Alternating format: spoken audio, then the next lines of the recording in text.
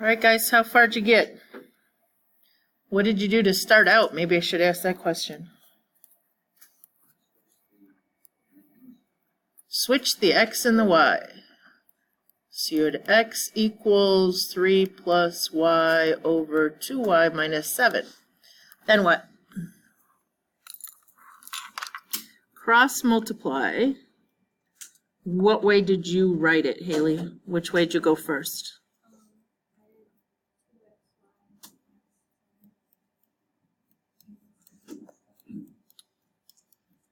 Okay, so Haley distributed this down here. So 2y times x, she wrote as 2xy, and then minus 7x equals, and then went this way, 3 plus y. Okay. What else? What's the next step? Anybody remember? Isolate the y's on one side. So can I leave the 2xy over here? Subtract this y over to this side. Can't combine them, they're not like terms. And I'm going to get rid of this minus 7x by doing a plus 7x to both sides. And again, 3 plus 7x or 7x plus 3, whichever way you want to write it. Okay, then factor out the y. What will that side say if I factor out the y? 2x, is that it? Yeah, we got to take the y out here, and there is a 1 here, so it's 2x minus 1, so that when I distributed it back, I would get back to this.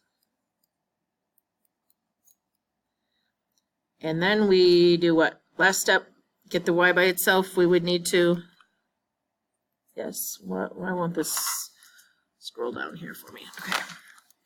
Let's divide by this 2x minus 1 thing. Oh, really? So we get y equals 3 plus 7x all over 2x minus 1. Now, I did want to show you, because I showed the other two classes and I don't think we discussed it in this class. If I had done this same problem and I'd gone the other direction first, so I did 3 plus y, I did 3 plus y equals, and then 2xy minus 7x. And then I decided to move stuff this way.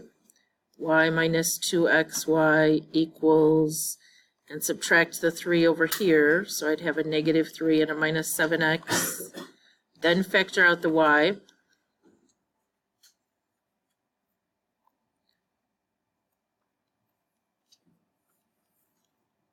And then divide.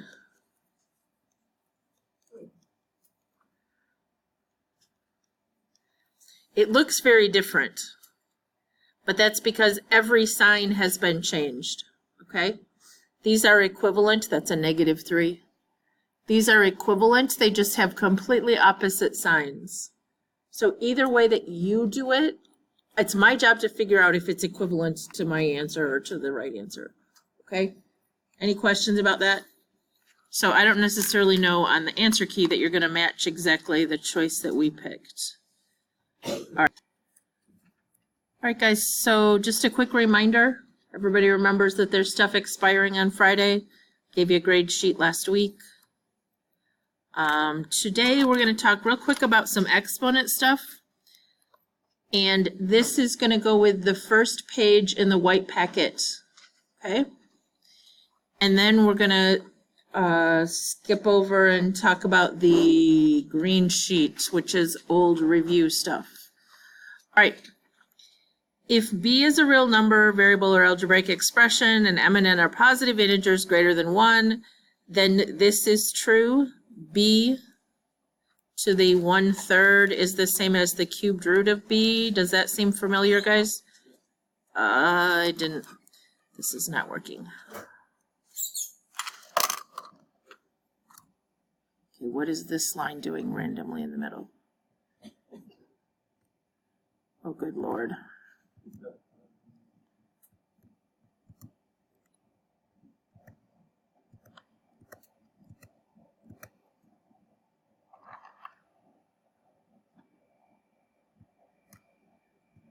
Come on, I want to drag you, not Richard.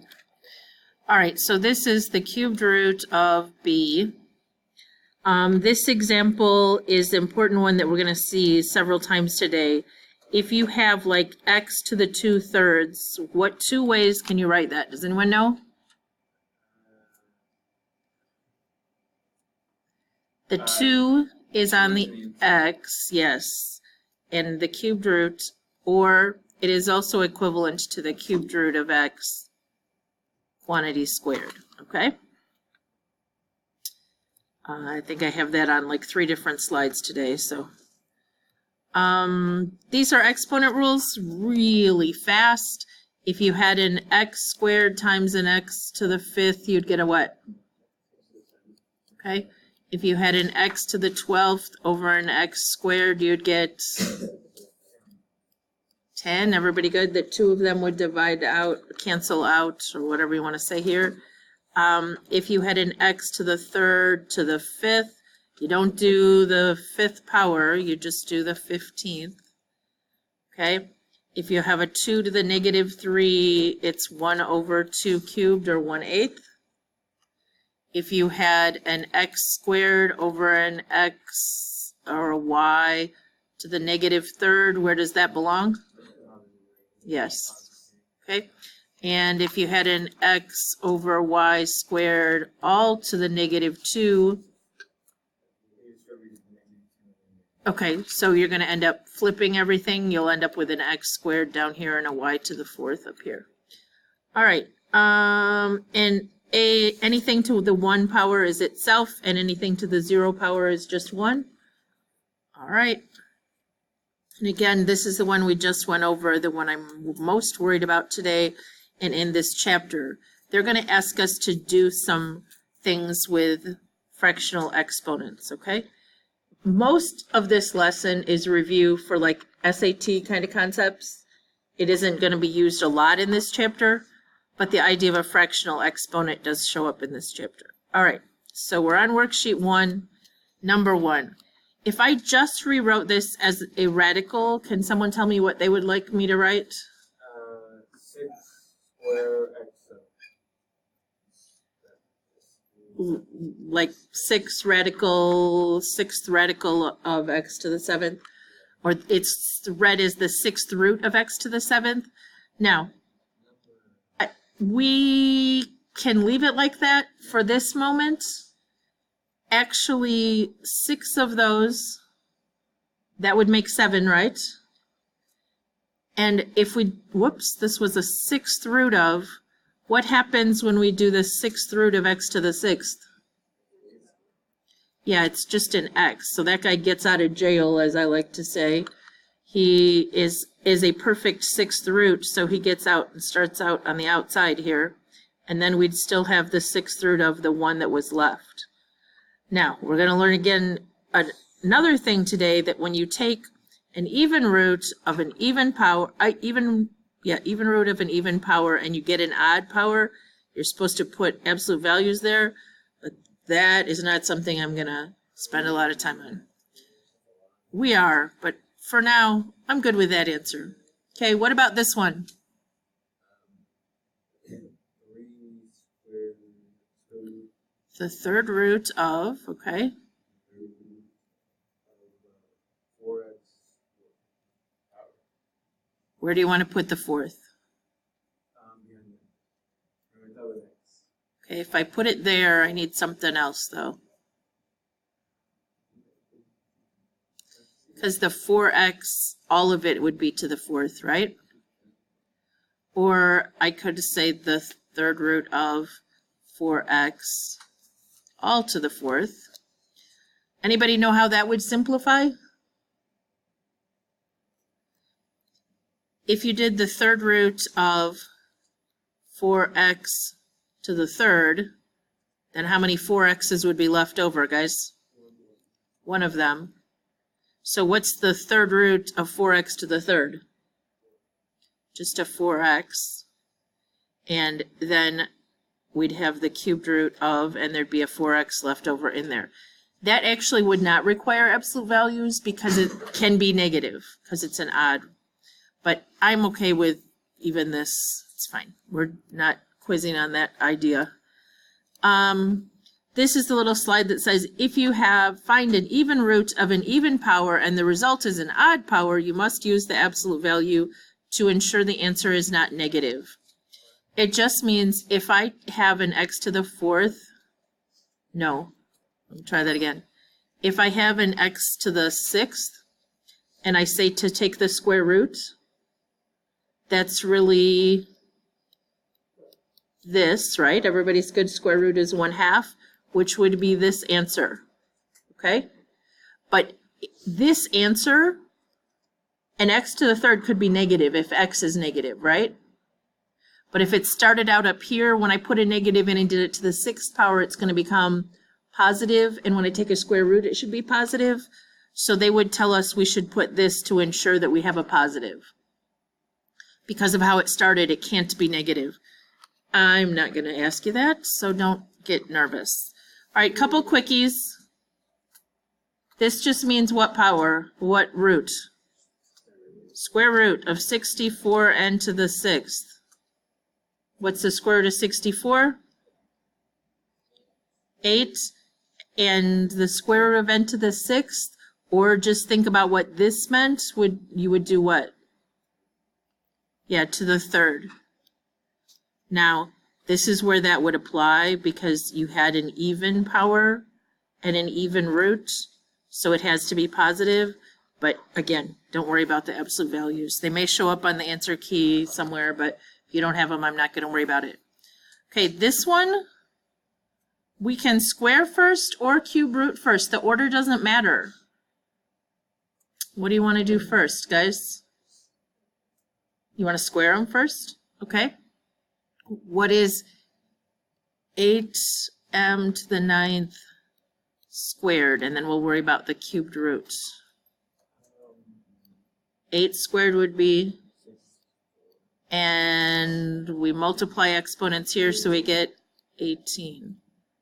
Then we're doing this. What is the cube root of 64, guys? It's on the peach sheet that I passed out. It is 4. And what do we do here? Yes, you would get m to the 6th. Does anyone know if that would need an absolute value? It's even power, and because it was a cubic, yep, we don't need one. Just to show you, I probably would have cubed rooted first, because I like things smaller before I have to square them. So then I would have said the cubed root of 8 is 2. If I divide 3 in there, I get a 3, and then I'm supposed to square it.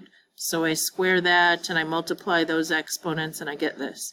Do you see the order doesn't matter? Everybody okay? It's the same answer? All right. Simplify. Your answer should contain only positive exponents with no fractional exponents in the denominator. All right. What do you want to do first? There's several ways we could approach this. This one's not bad. You want to take the big old coefficients and multiply them together? 2 times 3 is 6. Okay, what can we do with the x's? Yes, because we're multiplying all of this together, we can add the exponents. So we get x to the 3rd. Now, we also can add the exponents on the y's. You want to just type that in your calculator? What is 4/3 plus -1/2? If I were to get a common denominator, this would be 8/6, -3/6. I'm thinking you get 5/6. Did anybody type it and get 5/6? Yes, we're good? Okay. Do we have a denominator to worry about? We took care of the negative, which would have moved to the denominator by combining it with this, and it turned out positive. So we're good. When it says fractional exponents in the denominator, it means you can't leave like 2x over x to the 2/3, okay? All right, we're good. We don't have a denominator in the entire function or the expression. We just have a radical. And I'm going to let you leave it that way. I don't want to write it as a Square root, right. Okay, simplify, same directions. What do you want to do first? What do we do with this guy? Okay, I had a class one time that said we got to make up a new word for this. You can't, this is not called distributing, but it does apply to everything in there, okay? It's not distributing because distributing has to be a cross addition or subtraction in the middle. And you can't distribute an exponent, but you can apply it to both things in there. Misdistributing or just applying, I don't know.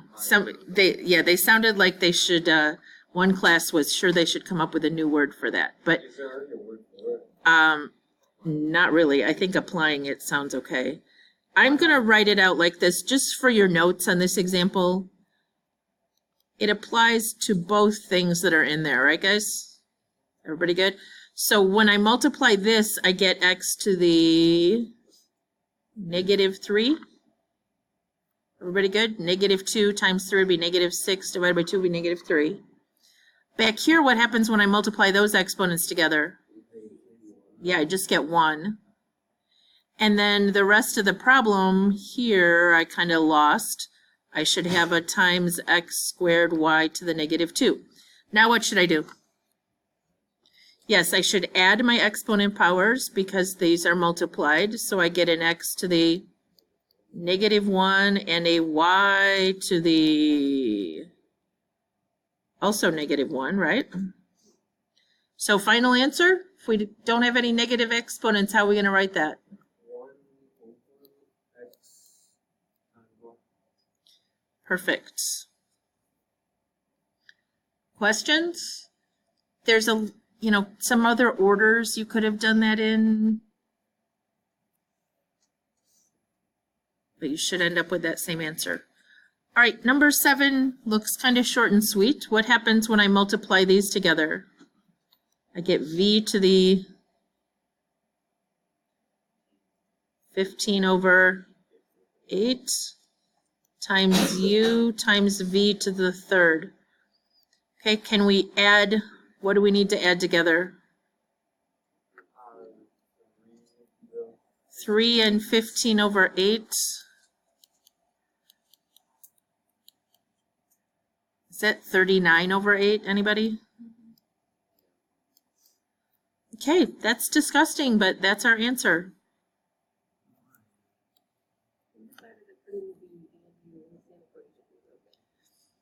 That the little Never had the tail. Yeah, that would, and 8 we're gonna just skip. It's way more complicated than anything on the homework.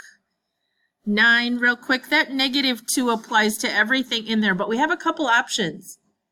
We could literally apply it to everything, or we could do what? Because it's a negative on the outside, we could flip the whole thing over and then apply just a 2. What do you want? It doesn't really matter. It's gonna be the same difference. What? You want to flip it? Okay. So then we'll have an xy -2 x to the 5/4 over an x squared. Now we still have what out there? A 2, but we took care of the negative. Okay.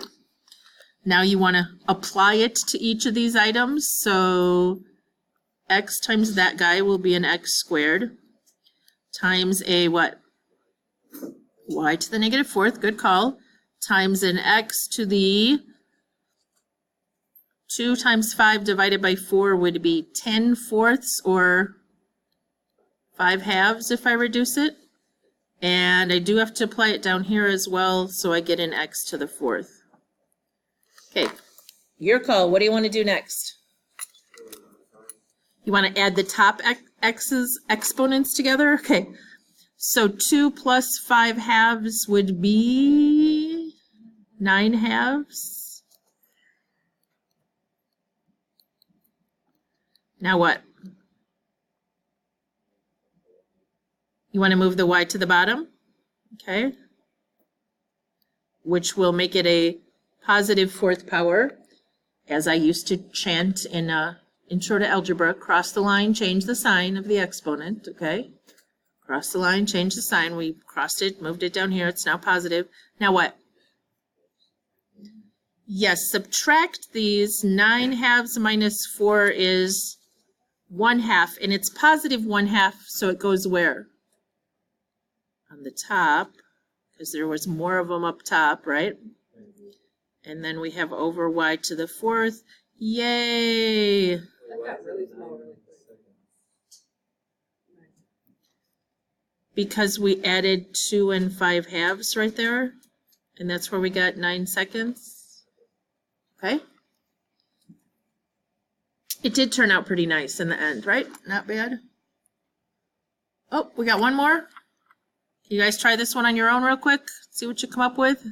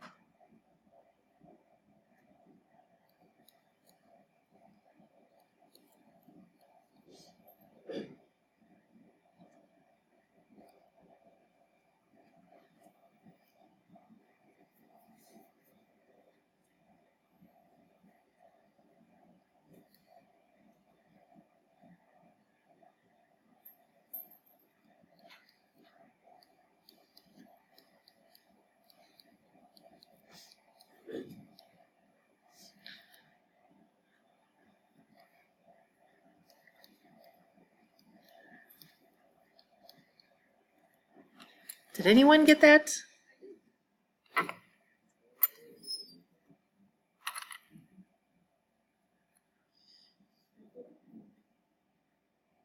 Anybody stuck? There's certainly a different order you could have done things in. I just wrote out here that I added the exponents up here and got 7/2 on the x's and moved the y to the bottom, and I multiplied down here. 4 times 3 divided by 2 was 6. Then I was subtracting these, and I came out with a negative 5/2, which meant there were more x's in the denominator, and I needed to write them down there. Now, this is where, if I was really mean, we'd spend a bunch of time talking because we can't have fractional exponents in the denominator. Because this really means what? The square root of an x to the 5th times a y. Everybody okay with that? They both were 1/2. Okay. Can we have that in the denominator? So we'd have to multiply top and bottom by that. But that's not on the homework, so I'm just going to leave it. Is that okay with everybody? I'd rather get to the transformation stuff. All right. You do have book work on this, just like 5 problems. Real quick, this just says that if you have like a cube root of x times a cube root of 3, it's okay to put it as a cubed root of 3x. And this one says if you happen to have a 7th root of x to the 6th n, you're welcome to break it apart as a 7th root of x to the 6th over a 7th root of n, or the other way around, put it all under 1, okay? Those properties would help us with this question. Anyone know where we can go with this?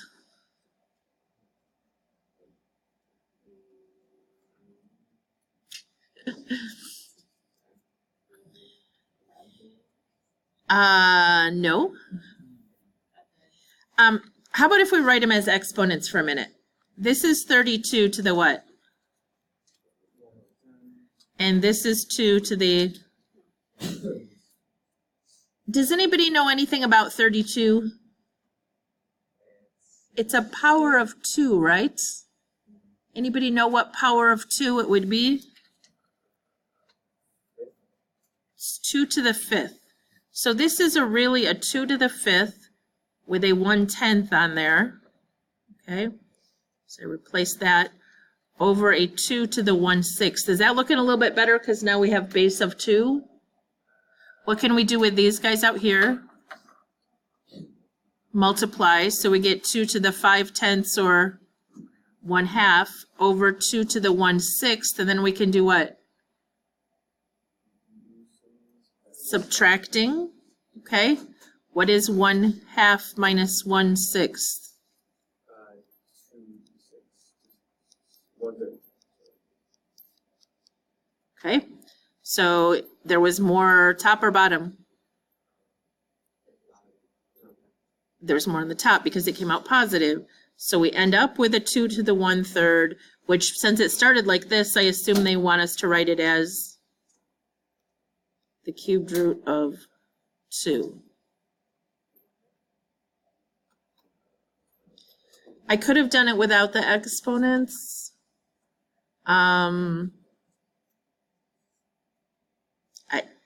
No, I'd rather talk about them as fractions than crazy radicals.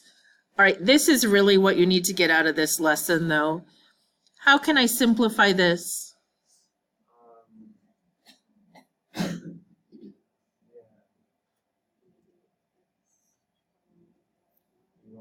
Okay, if I make it 21/4 and 15/4, I need to simplify it back to a radical, though. This is how much? That's x to the 5 and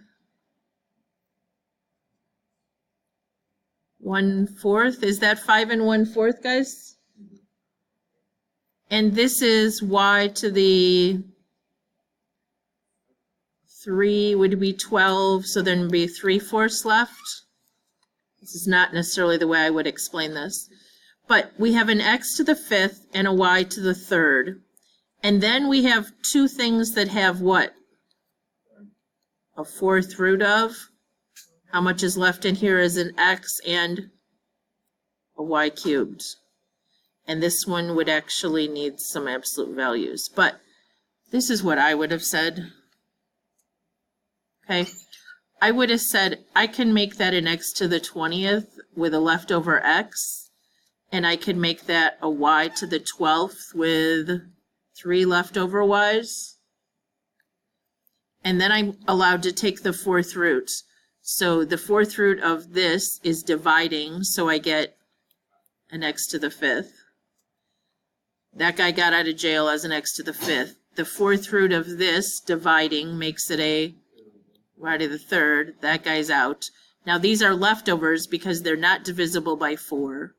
So we have the 4th root of an x and a y to the 3rd. And again, this is supposed to have these, but I really don't care. Does one way or the other make sense to you? So you can do a couple of those tonight. So help me with this one real quick. I'm not even going to take time to write it out. I think you can do it. 5 would go in here, and how many would get out? So we'd have 1w. And left in here would be 1w. We good? Okay, if we took 5 of those out, there'd be an x, 3 left over in here. Now this guy, y squared can come out, right?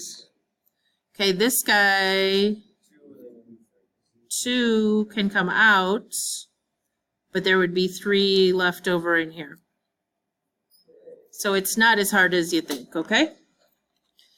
That one was a 5th root, so, ooh, this is a 5th, that is a 5. Oh my gosh. I left my glasses at home. These are my 2-year-old prescription I found in my book bag. So I'm faking it today. All right. So this is the assignment. There are some evens on the back of the worksheet for you to do. Don't do all, just do the evens. And then there's 5 problems out of the book. And those are on a PDF on the Google Classroom as well as in your book. And it is chapter 0, page P17, okay? But the rest of the hour, I want to look at transformations again because we're going to ask a little bit harder questions this time on the quiz. I might ask you to sketch. Okay? I'll do one of these for you. Which one would you like me to do?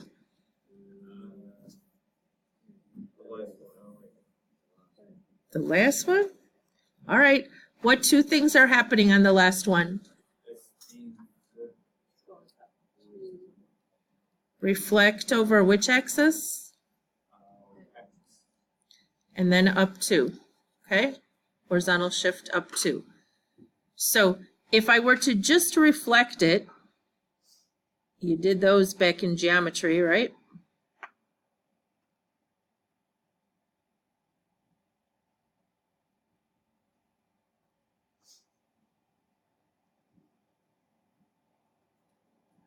It would look like that, but now what am I supposed to do? Move it up 2. So this was -3, 0 is now -3, 2. This was -1, -2, which would now be -1, 0. And then it goes over 2. And the next one over is 1, 2, 3, 4 up from that. Okay, that's not drawn very accurately. And then I'm supposed to go over 2.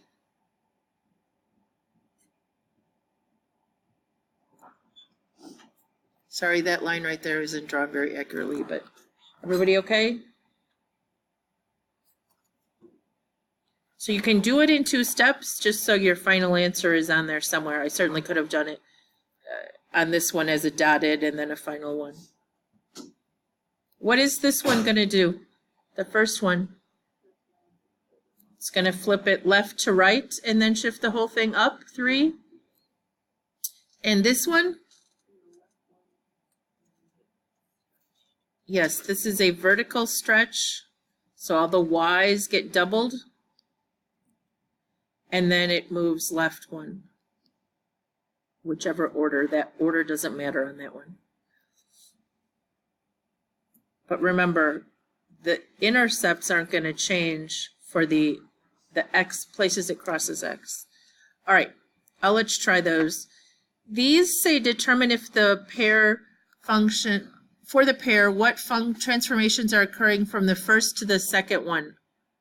Okay, so this already had a +5. What happened here? It went up 4 more, right? But what else happened? Yes. Vertical stretch by 2. And then up 4 more, up 4. Is there one more of those anybody wants me to do?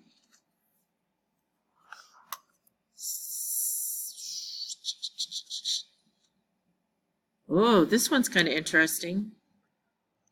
The last one, what did they do? If this was the parent, what did they actually do? Oh, It did shift down 5 because they got rid of the +5 on the back. Okay, so it shrunk vertically.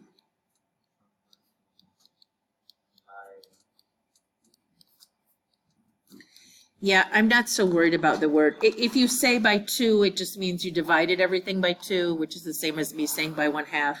So as long as you used the word shrink or compressed, I would be okay. Okay. And then it was a vertical. Woo, kidding. Vertical shift down 5. All right. Then we get to these questions. And it says, write the equations which describe these shifts in order and given the parent function. Okay, somebody want to pick one of these that looks nasty?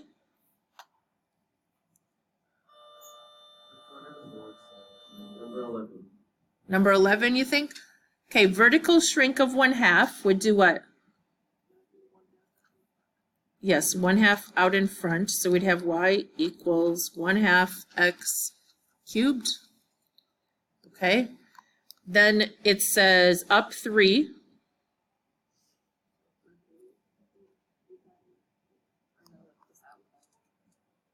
So we'd have a 1/2 x cubed plus 3, right? And then reflect over the y. The y is what? Reflect over the y is flip left, right. Okay?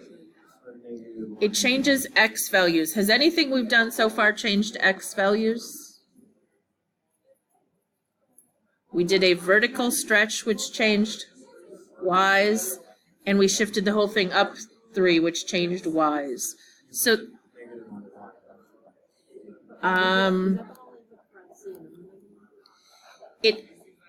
Normally, if we talked about reflect over y, it would be on the inside.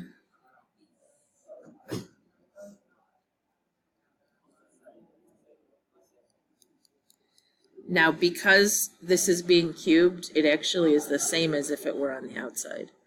Can someone check the back?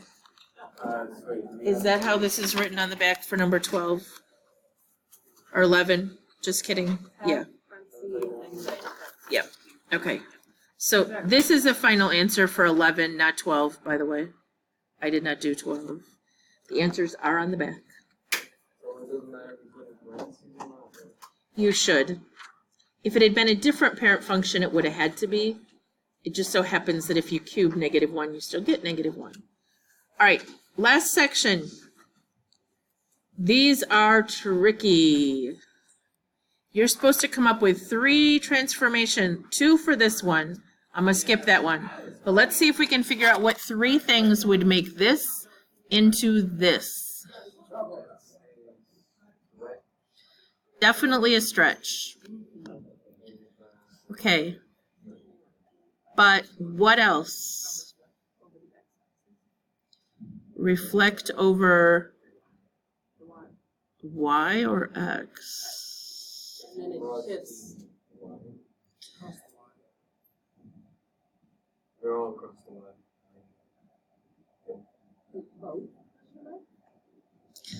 Okay, here's my question.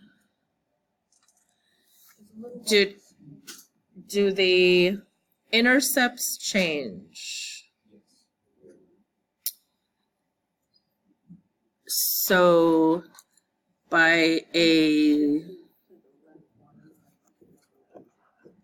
yeah, I think we can just go upside down, can't we? So if I just move it upside down, this would go up here 1.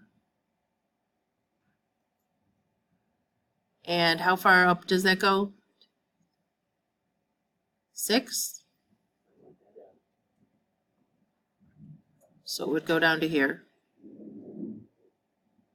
So there's the upside down.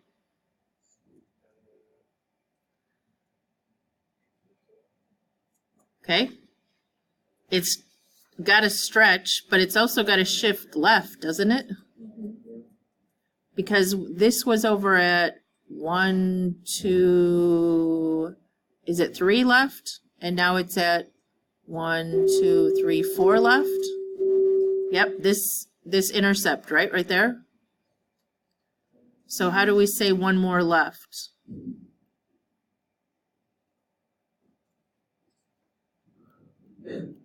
Put the 1 on the outside. 1 on the inside. 1 on the inside, and it's a +1 because it's the opposite of what it seems. Okay, so far we have this going. But I think we still need to do what? Stretch. It was supposed to only, upside down, it should only go up to 1. But it's going up to what? Maybe 2? So if I put a 2 out here, it used to go down to 6. Is it going down to 12 now? It is? All right, so I think we got that one.